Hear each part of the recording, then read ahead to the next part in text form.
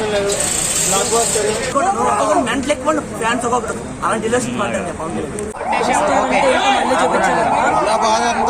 అజ్ఞాతవాసి రోజు గుర్తుకొచ్చినాయంటే సినిమాతోనే అట్లుంటే స్ట్రైట్ ఫిలిం మీ అంచనాకే వదిలేస్తున్నాం. ఒకటే చెప్పేది మాటలు దెంగటాడు మాటలు దెంగటాడు ఏం చేయాలి. ఇది గట్టిగా నోట్ చేసుకోండి. బయట అల్లు అర్జున్ ఫ్యాన్ కూడా వచ్చాడు లోపలికి ఇష్టం వచ్చినట్టు వాగాడు. మా దేవుడు స్క్రీన్ మీద చూస్తున్నాం. వచ్చినాక వాడిని థియేటర్ బయట మాటల వరకే ఇవన్నీ వద్దు. మాకు సెల్ఫీ చేసారు ఎన్టీఆర్ ఫ్యాన్స్ కానీ వైభవ్ గారి ఫ్యాన్స్ కానీ ప్రభాస్ ఫ్యాన్స్ కానీ అందరికీ నమస్కారం చేస్తున్నాం. జై పవన్ కళ్యాణ్, జై పవన్ స్టార్. సినిమా ఎట్లా కొత్తగా చెప్పాల్సిన అవసరం లేదు. బ్లాక్ బస్టర్ అండ్ యాక్చువల్గా ఇంకా హైప్ వేరే లెవెల్లో ఎక్స్పెక్టేషన్ కానీ లాస్ట్ ఫైట్ మాత్రం బాగుంటారు. కళ్యాణ్ గారు కంపోజిషన్ బయట ఉంటాయి. సో ఓవరాల్ అయితే సినిమా మొత్తం కళ్యాణ్ గారు చేసి మనం ఆ ఫ్లోలో వెళ్ళిపోవచ్చు. సినిమా ప్లస్ పాయింట్ ఏంటన్నా? సినిమా ప్లస్ పాయింట్ కళ్యాణ్ గారు. ఓకే, బీజేఎం ఎలా ఉంది? ఎన్ఎం కిరవాణి గారి గురించి మళ్ళీ కొత్తగా చెప్పాల్సిన అవసరం లేదు. మన బీజేఎం కానీ హైప్ కానీ ఓవరాల్ గా కళ్యాణ్ గారు ఒక ప్లాట్ఫామ్ మీద అలా స్ట్రైట్ ఫార్వర్డ్ తీసుకెళ్ళారు. ఓవరాల్ సినిమా మాత్రం నెంబర్ 1 వచ్చింది. యాక్షన్ సీన్స్ ఎలా ఉన్నాయి? యాక్షన్ సీన్స్ సినిమా మొత్తం యాక్షన్ సీన్సే భయ్యా, స్పెసిఫిక్ గా చెప్పాల్సిన అవసరం లేదు. ఇంకా నిధి ఎదురాలంటావా స్పెసిఫిక్ గా సాంగ్స్ నిధి కోసం ఇంకోసారి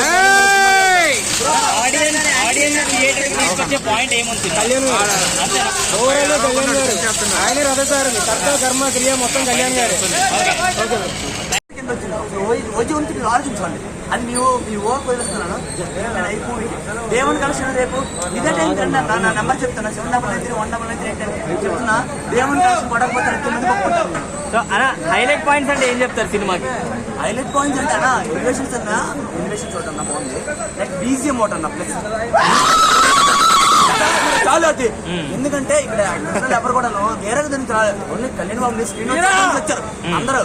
కళ్యాణ్ బాబు స్క్రీన్ మీద ప్రెజెన్స్ ఇచ్చినా ఆ ప్రతి ప్రెజెన్స్ కూడా మెంటల్ ఎక్కువ ఫ్యాన్స్ ఒక్కొక్కరు అలాంటి రిలేషన్ మాట్లాడే పవన్ కళ్యాణ్. సో మరి ట్రోలర్స్ కి ఏం చెప్తారు? ఇన్ని రోజులు 5 years నుంచి సినిమా రాలే అని ట్రోల్ చేసిన వాళ్ళకి ఏం చెప్తారు?